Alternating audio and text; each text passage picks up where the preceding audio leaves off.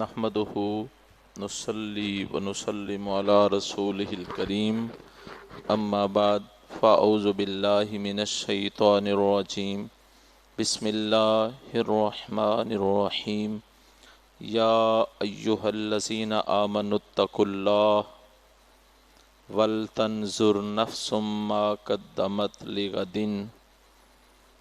واتقوا الله ان اللہ خبیر بما تعملون اما بعد ان اللہ وملائکتہ یصلون علی النبی یا ایہا الذین آمنوا صلوا علیہ وسلموا تسلیما الصلاۃ والسلام علیک یا رسول اللہ وعلی آلک واصحابک یا حبیب اللہ الصلاۃ والسلام علیک یا رحمۃ للعالمین وعلى آلک و اصحابک یا شفیع المذنبین یا صاحب الجمال و یا سید البشر من وجهک المنیر لقد نور القمر لا يمكن الثناء كما كان حقه بعد از خدا بزرگ توئی قصہ مختصر آمنت باللہ صدق اللہ مولانا العظیم وصدق رسولہم نبی الکریم الامین المکین۔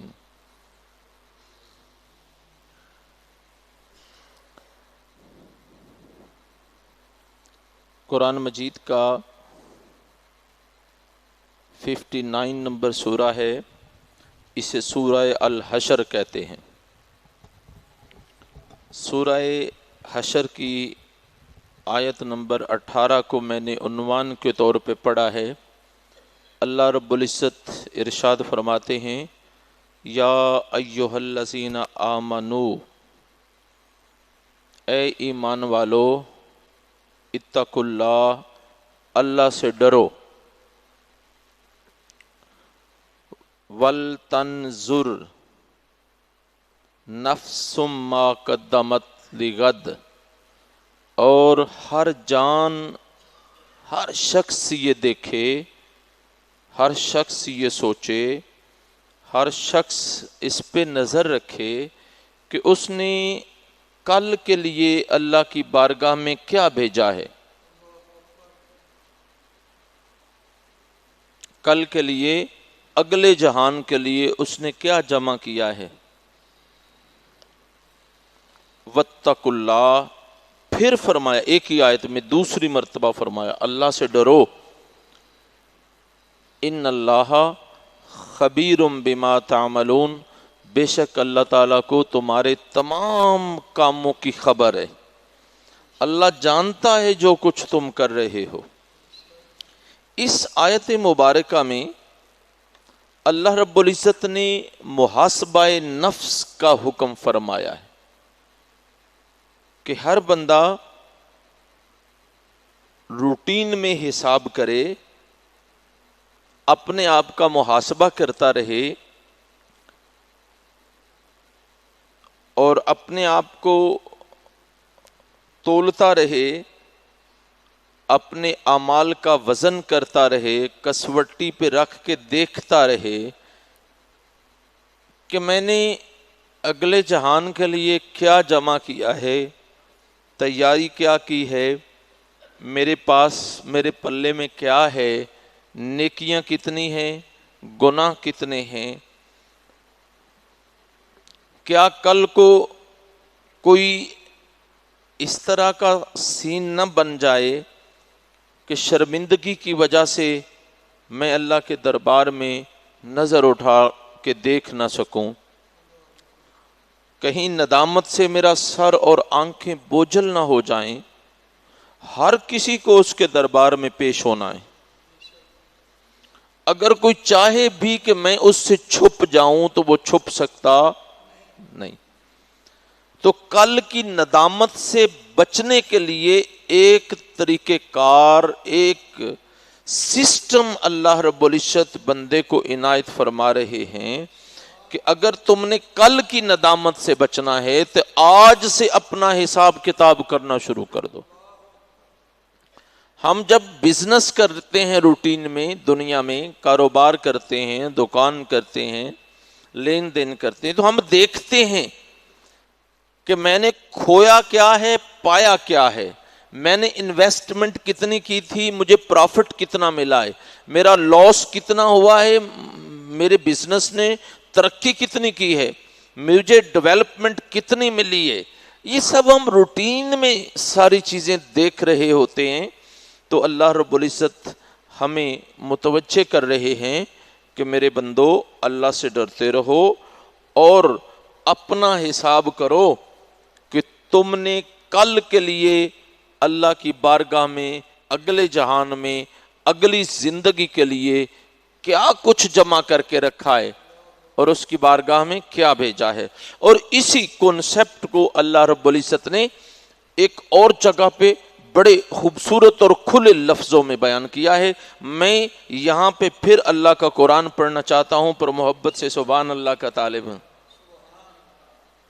میرے سامنے قرآن مجید کا 88 نمبر سورہ ہے، اسے سورہ الغاشیہ کہتے ہیں، اور اس کی آیت نمبر 25 اور 26 پڑھنا چاہتا ہوں.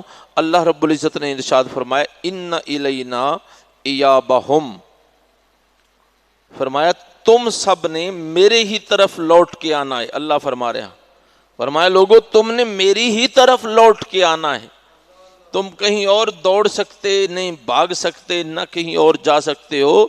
تم نے آخر مرنے کے بعد میری ہی بارگاہ میں پھر لوٹ آنا ہے. اور ساتھ فرمایا ان علینا حسابہم، فرمایا میں ہی پھر تمہارا حساب و کتاب لینے والا ہوں. تمہارا حساب پھر میں نے ہی لینا ہے. تو آئیے محاسبہ نفس، جن لوگوں کے سامنے رسول اللہ صلی اللہ علیہ وآلہ وسلم پہ قرآن نازل ہو رہا تھا، حضور کے وہ شاگرد ہیں جنہیں زمانہ صحابہ کرام کہتے علیہم اجمعین. حضور صلی اللہ علیہ وسلم کے وہ مرید ہیں جو ڈائریکٹ، جنہوں نے ہاتھ اپنا مصطفیٰ کریم کے ہاتھ میں دیا تھا، جنہوں نے ایمان کا سودا ڈائریکٹ محمد عربی سے خریدا تھا. وہ صحابہ کرام کی عظیم جماعت ہے. جب انہوں نے اس آیت پہ عمل کیا ہے تو میں ایک ہی مثال آپ کے سامنے رکھنے لگا ہوں. میرے سامنے حضرت سیدنا امیر المومنین حضرت عمر فاروق رضی اللہ تعالی عنہ کی ایک خوبصورت روایت ہے، جسے امام ابو عیسیٰ محمد بن عیسیٰ ترمذی علیہ رحمہ نے ترمذی شریف میں، اور صاحب جامع کبیر نے، اور امام ابن ابی الدنیا نے اپنی کتاب محاسبہ نفس میں روایت لکھی ہے.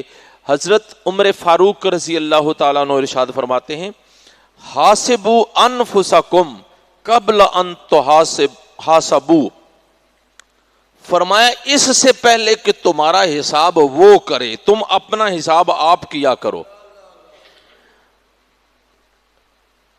اپنے معمولات کو دیکھا کرو کہ میں نے صبح سے شام تک کیا کیا ہے. اپنے اعمال کی تلاشی لینا شروع کرو. اپنے اعمال کو ٹٹول کے کھٹکھٹا کے دیکھنا شروع کرو. ٹھوکر لگا کے دیکھو، تفتیش کرو. آنکھیں بند کر کے اپنے دامن میں جھانکنے کی کوشش کرو. صبح سے شام تک ہم نے ان 24 گھنٹوں میں کیا کیا ہے. فرمایا جب تم اس کا حساب لگانا شروع کرو گے تو تمہیں آخرت کا حساب دینا آسان ہو جائے گا. اپنا حساب خود کرنے کی کوشش کرو. جس رزلٹ کے لیے تم پریشان ہو، جس نتیجے سے تم خوف زدہ ہو، وہ نتیجہ تمہارے سامنے آ جائے گا. اور اگلی عمر فاروق رضی اللہ تعالیٰ عنہ آپ کی اگلی بات اس سے بھی خوبصورت ہے. پہلے تو فرمایا نا حاسبوا انفسکم قبل ان تحاسبوا، کہ اللہ کے حساب لینے سے پہلے تم اپنا حساب آپ کرو. یہ آپ کی پہلی بات تھی. دوسری بات اس سے بھی کمال کی ہے. ارشاد فرمایا وزنوا قبل ان توزنوا، ارشاد فرمایا اس سے پہلے کہ تمہارے اعمال کا وزن کیا جائے تم خود اپنا وزن کیا کرو. یہ جو اعمال تلنے کے لیے جا رہے ہیں، جمع ہو رہے ہیں میزان پہ، اب ہمارے اعمال ترازو میں رکھے جائیں گے، تو ارشاد فرمایا تم خود چیک کرو. اعمال کی ویلیو کیا ہے. میرے پاس جو عمل ہے اس کی ریٹنگ کیا ہے اس کی مارکیٹ میں. میرے پاس جو اعمال ہیں اس کا وزن کتنا ہے. میرے جو اعمال ہیں وہ وزن کے لحاظ سے، اخلاص کے لحاظ سے، عمل کے لحاظ سے، پسندیدگی کے لحاظ سے، اس کی رضا کے لحاظ سے، ان اعمال کی کوئی ویلیو بھی ہے یا میں روٹین میں ہی چل رہا ہوں. اور پھر فرمایا زنو، وزن کرو. اور 3 وزن آپ نے سپیشلی طور پہ بیان کیے. ارشاد فرمایا اپنے اعمال میں اخلاص دیکھو، خلوص کتنا ہے. کیا میرا عمل خلوص سے خالی تو نہیں ہے؟ پھر دیکھو کہ اس کی رضا کتنی اس میں شامل ہے. میں کہیں واوا واوا تو نہیں چاہتا، کہیں میرے اندر چھپی ہوئی یہ خواہش تو نہیں کہ لوگ مجھے نمازی کہیں، لوگ مجھے حاجی صاحب کہیں، لوگ مجھے سخی کہیں، لوگ مجھے نیک کہیں، لوگ مجھے درویش کہیں. کہیں سر پہ باندھی ہوئی رکھی ہوئی ٹوپی اور باندھی ہوئی پگ اور جسم پہ لپیٹا ہوا جبہ، کہیں اس کے اندر میں یہ خواہش تو نہیں چھپی ہوئی کہ لوگ تجھے نیک کہیں، حاجی صاحب اچھا کہیں.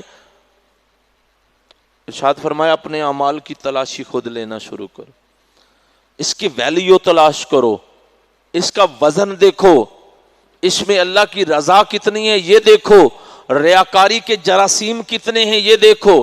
کیا تمہارا ایک ایک عمل کہیں ریاکاری کی کیچڑ سے لتھڑا ہوا تو نہیں ہے؟ اگر تمہاری نمازیں، اگر تمہارے روزے، اگر تمہارے ذکر اذکار تسبیحات تلاوتیں اگر ریاکاری کے گرد سے آلودہ ہیں تو پھر کیا یہ حق پہنچتا ہے کہ اسے بڑی مارکیٹ میں جا کے ہم اسے پیش کر سکے؟ اس کے دربار میں یہ لتھڑے ہوئے اعمال کی چڑھ کے، ریاکاری کے، دکھاوے کے، جراثیم زدہ بیمار، جس کے اندر ہماری دنیاوی خواہشیں جس کے ساتھ چمٹی ہوئی ہیں. کیا میاں صاحب، حاجی صاحب، صوفی صاحب، مولوی صاحب، قاری صاحب، عالم صاحب،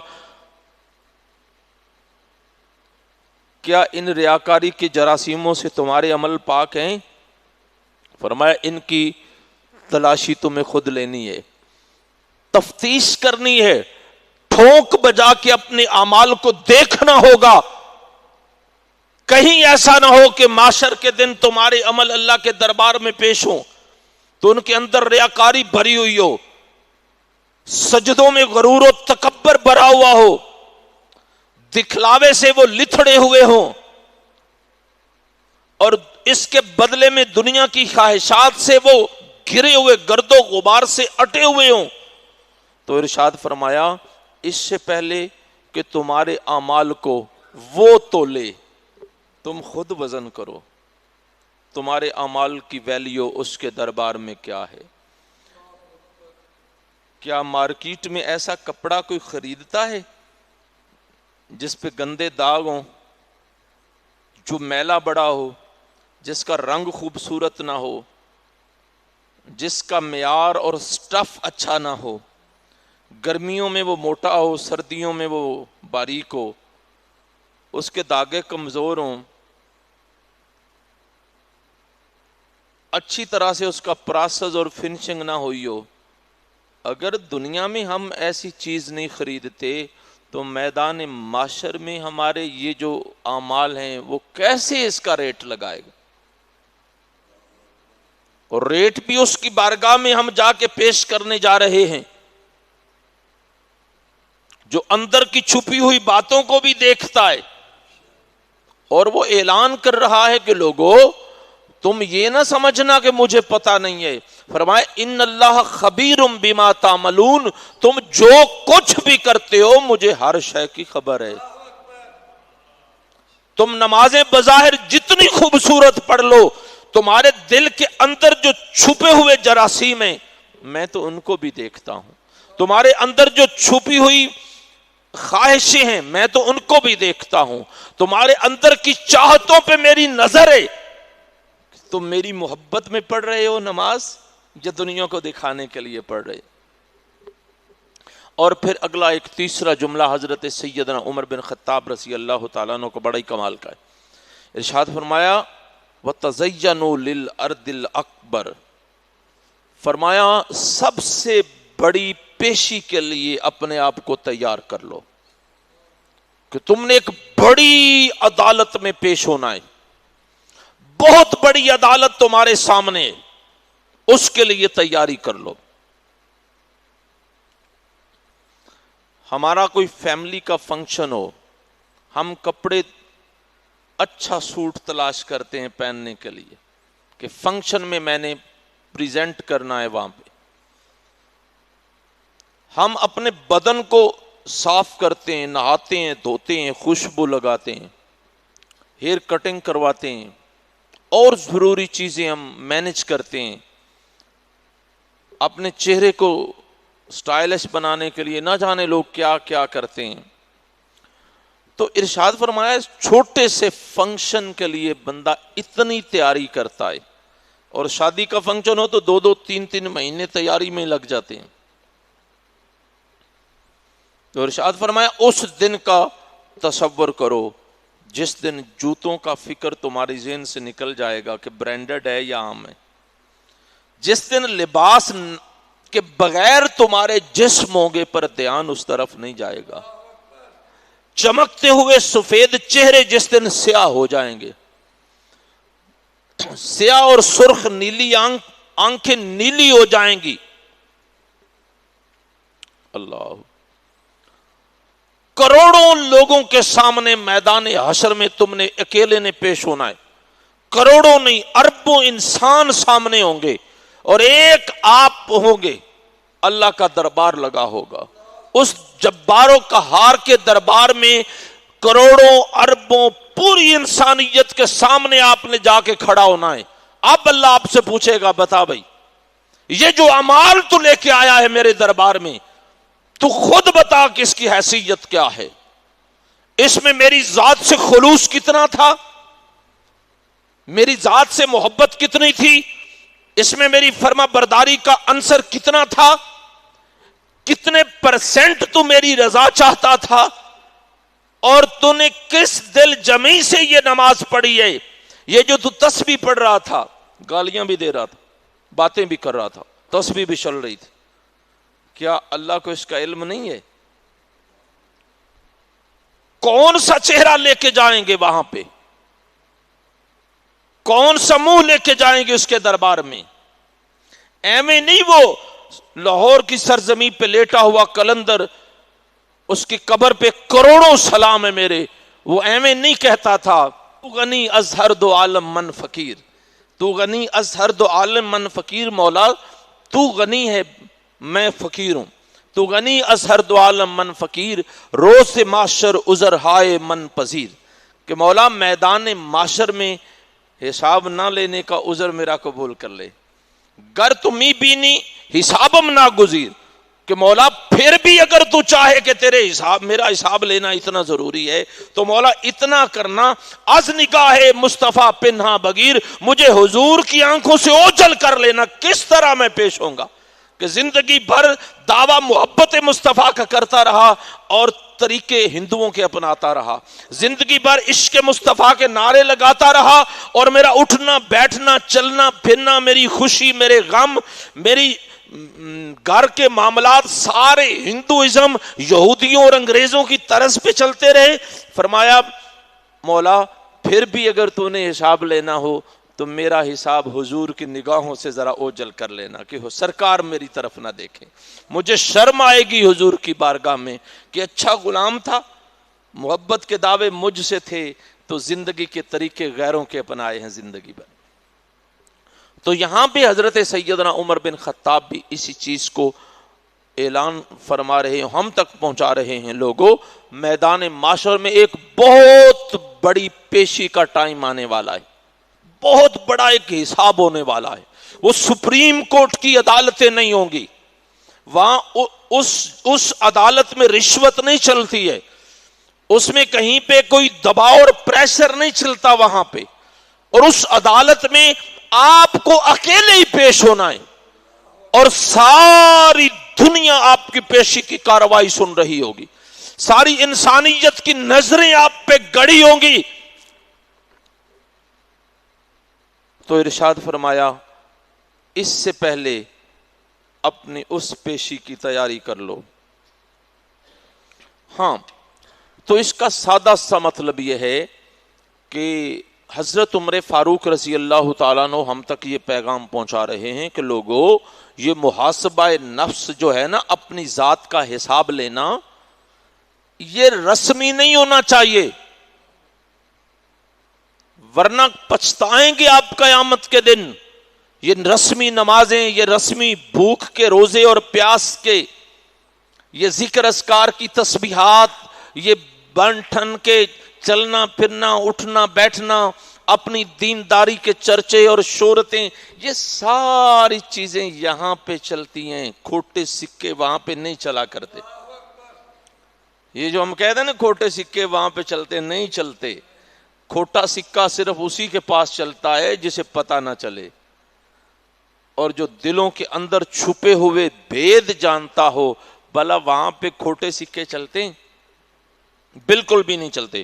تو ہم نے اس محاسبہ نفس کو اپنی سیرت میں، اپنی زندگی میں اتارنا ہے، اپنی باڈی پہ اپلائی کرنا ہے اس کو۔ وہ کس طرح کریں؟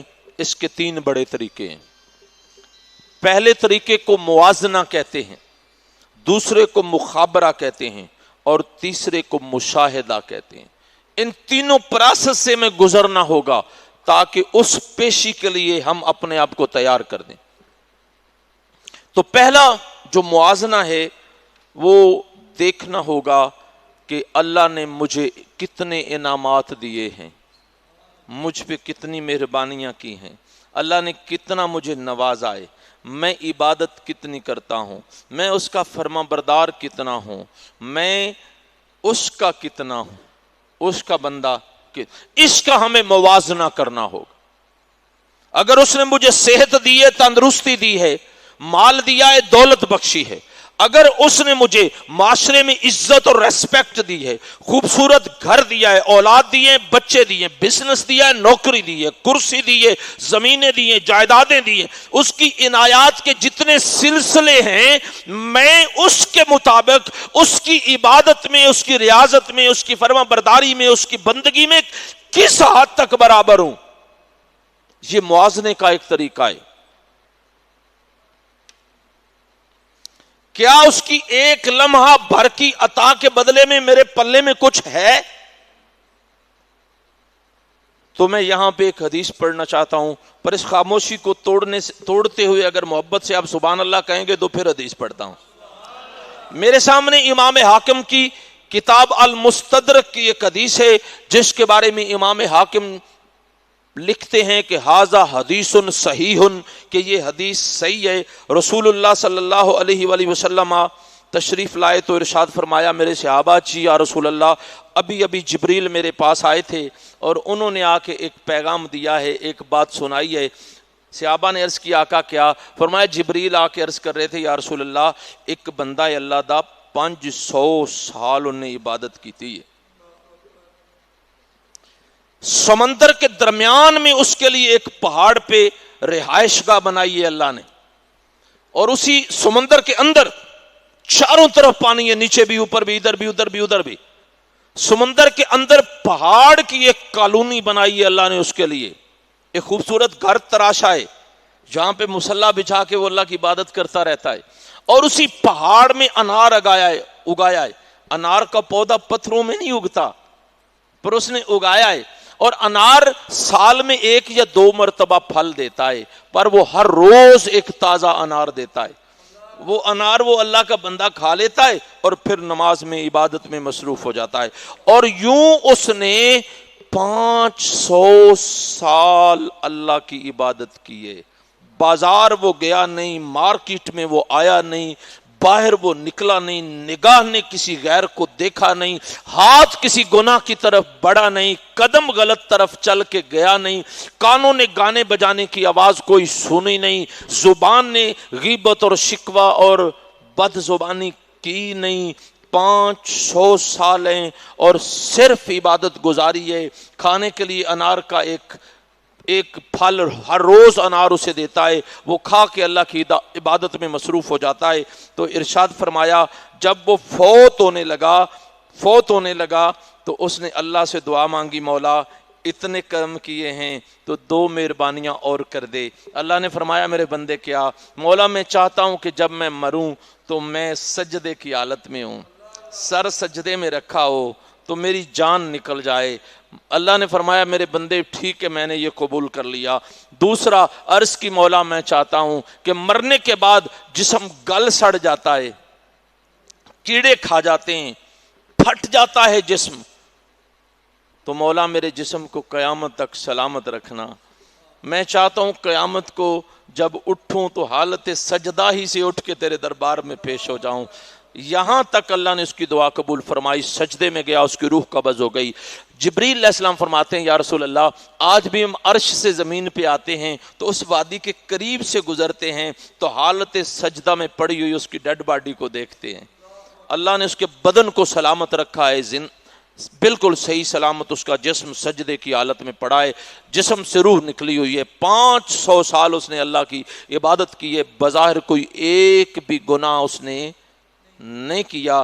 تو اگلی بات آقا علیہ السلام مسکرا پڑے، ارشاد فرمائے میدان محشر میں جب وہ اٹھے گا تو اللہ فرمائیں گے فرشتوں جاؤ میرے اس بندے کو میری رحمت سے اس کو جنت میں داخل کر دو. میرے اس بندے کو میری رحمت سے، سبحان اللہ نہیں بنتی جا میں، اللہ فرمائیں گے میرے بندے کو میری رحمت سے میری جنت میں داخل کر دو. تو یہ پکار اٹھے گا مولا اپنی رحمت سے نہیں، بے عملی میرے عمل سے مجھے جنت دے دے. اللہ فرمائیں گے فرشتوں جاؤ میرے اس بندے کو میری رحمت سے میری جنت میں داخل کر دو. پھر پکار اٹھے گا مولا رحمت سے نہیں، بے عملی میرے عمل سے مجھے جنت میں داخل کر دے. اللہ پھر اعلان فرمائے گا فرشتوں جاؤ میرے اس بندے کو میری رحمت سے میری جنت میں داخل کر دو. بندہ پھر کہے گا مولا رحمت سے نہیں، میرے عمل سے مجھے جنت دے دو. تو اللہ رب العزت ارشاد فرمائیں گے فرشتوں چلو اسے واپس لے آؤ، میری عدالت میں کھڑا کر دو. اب میں عدل و انصاف کا معاملہ کروں گا اپنے بندے سے. اسے لا کے اللہ کی بارگاہ میں اس پیشی میں کھڑا کر دیا جائے گا جہاں پہ اس جبار و قہار کا دربار لگا ہوگا. اللہ فرمائیں گے فرشتوں جی مولا. فرمایا چلو اس کا حساب کرو. مولا کیسے حساب کریں؟ اس کی نگاہ نے گناہ کی طرف تو نظر اٹھائی نہیں، آنکھوں نے، اس کے کانوں نے برائی سنی نہیں، اس کی زبان نے کوئی غیر جملہ ادا کیا نہیں، گناہوں کی طرف چل کے یہ گیا نہیں، ہاتھ اس کے برائی کی طرف بڑھے نہیں. مولا کیا حساب کریں؟ اس کی زندگی میں 500 سالہ زندگی میں صرف عبادت ہے، صرف نمازیں ہیں، صرف ریاضت ہے، صرف تیرا ذکر ہے. فرمایا میرے انعامات کو گنو پھر اس کی عبادت کو سامنے رکھ کے تولو. میں نے جو اسے نعمتوں سے نوازا تھا ان کا حساب کرو پھر اس کی عبادت کا حساب کرو. دونوں کو تول کے دیکھو میری عنایتیں زیادہ تھی یا اس کی عبادت زیادہ تھی. فرشتے سب سے پہلے اس کی آنکھ نکال کے ایک پلڑے میں رکھیں گے. آنکھ دیکھنے کی طاقت اگر آپ کو اس کا اندازہ نہیں تو کسی نابینا سے، کروڑ پتی ارب پتی نابینا سے پوچھئے کہ اگر آپ کو آنکھ مل جائے تو وہ کہے گا ایک آنکھ کے بدلے میری ساری دنیا لے لو. ایک آنکھ کے نور کے بدلے ساری دنیا لے لو، مجھے ایک آنکھ دے دو. اللہ فرمائیں گے اس کی آنکھ کو ایک پلڑے میں رکھو. اس کی آنکھ ایک پلڑے میں پڑی ہے، دوسرے پلڑے میں 500 سال کی عبادت پڑی ہے. جب اسے فرشتہ اٹھا کے تولنے لگا تو ایک آنکھ کی نعمت باری ہو گئی، 500 سال کی عبادت کم ٹھہری.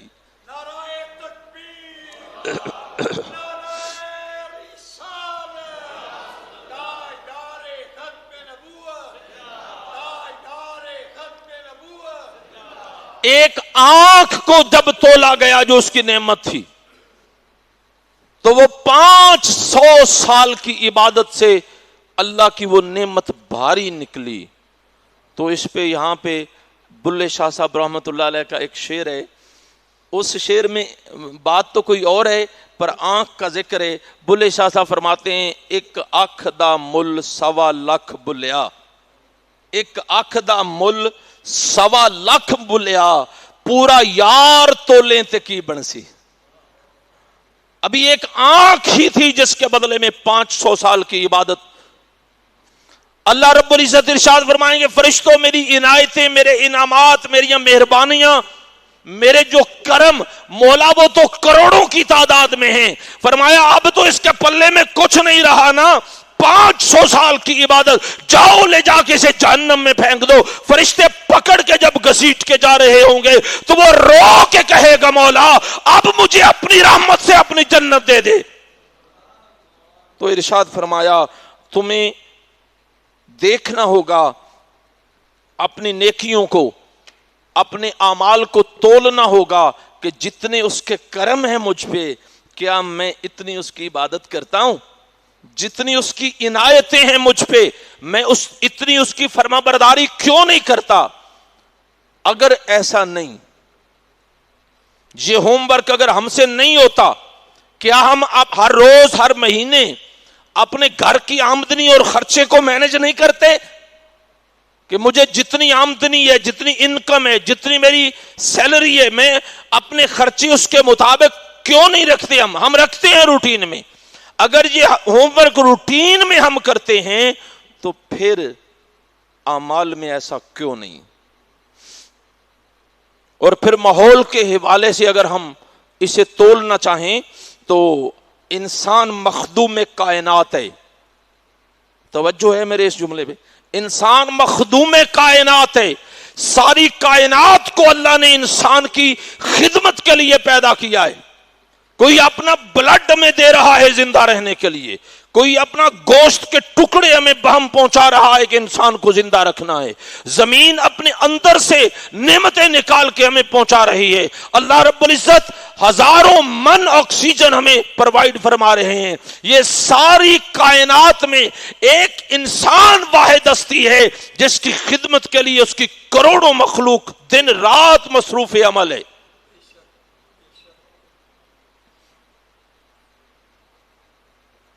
اسی خدمت میں چاند اور سورج بھی ہے. اگر دن اور رات نہ ہو تو ہمارا گزارا ہو سکتا، سورج کی تپش نہ ہو تو فصلیں پیدا ہو سکتی، چاند کی چاندنی نہ ہو تو رات کا مزہ اور سواد عجیب ہو جائے گا.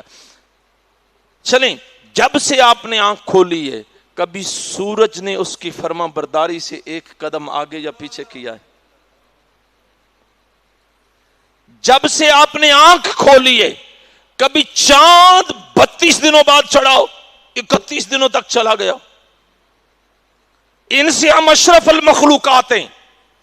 چاند اور سورج سے بڑھ کے اس کی نگاہ توجہ ہم پہ ہے. ہمیں وہ اپنا کہتا ہے کہ یہ میرے بندے ہیں. ہمیں وہ مسجود ملائکہ بنایا ہے، اس نے اپنے فرشتوں سے سجدہ کروایا ہے ہمیں. وہ انسان کی بات کرتا ہے تو احسن تقویم کہتا ہے، پھر وہ گفتگو فرماتا ہے تو کہتا ہے بندے کو میں نے اپنی صورت پہ بنا دیا ہے. پھر وہ گفتگو فرماتا ہے تو بندوں سے ڈائریکٹ ہم کلام ہو جاتا ہے میدان وہاں پہ عالم ارواح میں. پھر وہ بندوں کے لیے جنت تیار کر کے رکھی ہے اس نے. کسی اور مخلوق کے لیے بھی جنت ہے. تو اتنی ساری نعمتوں کے بعد چاند اور سورج جو ہمارے مخدوم ہیں وہ تو اس کی فرما برداری میں ذرہ برابر کمی بیشی نہ کریں. ماحول کی ایک ایک چیز اپنی سیٹنگ پہ اس کے حکم پہ چل رہی ہے، اس کی نافرمانی نہیں کرتی. جانوروں کی طرف آ جائیں، ایک ہی پیٹ ہے، اس میں خون بھی ہے، اس میں پیشاب بھی ہے، اس میں گوبر بھی ہے، پر جانور جو ہے وہ اپنے دودھ میں گوبر اور خون اور پیشاب کو مکس نہیں ہونے دیتا، وہ اپنی ڈیوٹی روٹین سے دے رہا ہے. آخر انسان اشرف المخلوقات ہونے کے باوجود، مخدوم کائنات ہونے کے باوجود، مسجود ملائک ہونے کے باوجود، اللہ کا بندہ ہونے کے باوجود، یہ